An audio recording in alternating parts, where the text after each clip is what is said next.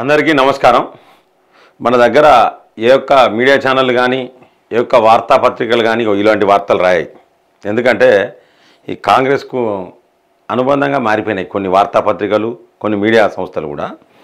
ఏంటంటే హర్యానా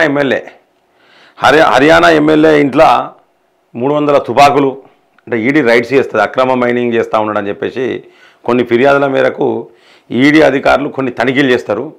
సో ఆ కొన్ని తనిఖీల్లో భాగంగా నగదు క్యాష్ దాదాపు 5 కోట్ల రూపాయల నగదు క్యాష్ దొరుకుతుంది. అలాగే బంగారం దొరుకుతుంది. అలాగే మద్యం బాటిళ్ళు, కొన్ని వందల మద్యం బాటిళ్ళు, 300 తుపాకులు దొరికినాయి కాంగ్రెస్ ఎమ్మెల్యే ఇంట్లో. మరి ఇది ఎందుకు చూపించదు? ఎందుకంటే మీరు చూడండి, ఇది ఎన్డీటీవీలో క్లియర్గా వస్తూ ఉన్నది, మీరు చూడండి. ఇది 100 bottles of liquor and ₹5 crore cash, illegal foreign-made weapons and about 300 cartridges during searches at the residence of a Congress MLA and a former INLD MLA in Haryana. Now, this probe agency was conducting raids at locations related to Congress MLA Surinder Panwar and former Indian National Lokdal MLA Dilbag Singh and their associates in a case of alleged illegal mining. ఇది క్లియర్గా Surendra Panwar, Haryana MLA Surendra Panwar, ఇప్పుడు present MLA, Congress MLA. అలాగే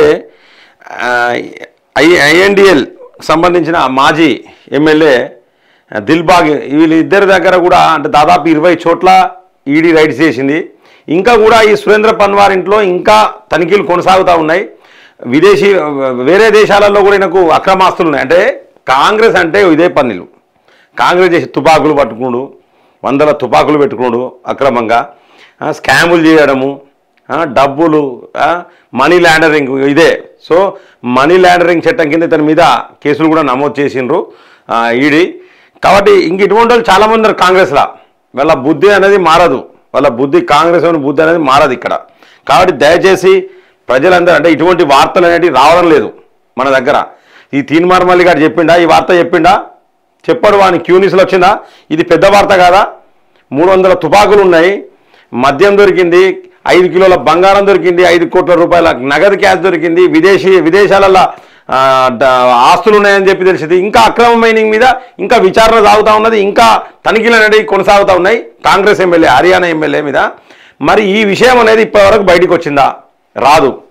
ఎటువంటి YouTube ఛానళ్ళు కానీ ఇక్కడ అన్నీ కూడా ఒక పార్టీకి తొత్తుగా పనిచేస్తున్నాయి. కాబట్టి దయచేసి ప్రజలందరూ దీన్ని గుర్తించాలి.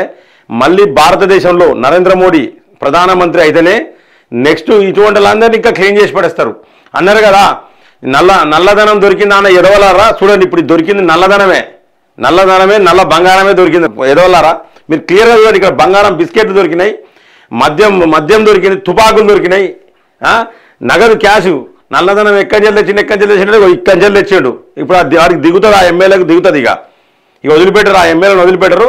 కాబట్టి దయచేసి ప్రజలందరూ ఎక్కడున్నా కాంగ్రెస్ చేసే పనులు ఇట్లనే ఉంటాయి. కాబట్టి దయచేసి కాంగ్రెస్ అనేది ఒక పెద్ద మాఫియా రాగం తయారైంది. కాబట్టి భారతీయ జనతా పార్టీని ఈసారి కంపల్సరీ పార్లమెంట్ ఎలక్షన్లలో, ముఖ్యంగా తెలుగు రాష్ట్రాలలో, ఇటు తెలంగాణలో కావచ్చు, అటు ఆంధ్రాలో కావచ్చు, ఈ 2 తెలుగు రాష్ట్రాలలో మనం అత్యధిక సీట్లు నరేంద్ర మోడీ గారికి ఇవ్వాలని చెప్పేసి కూడా నేను కోరుకుంటున్నాను.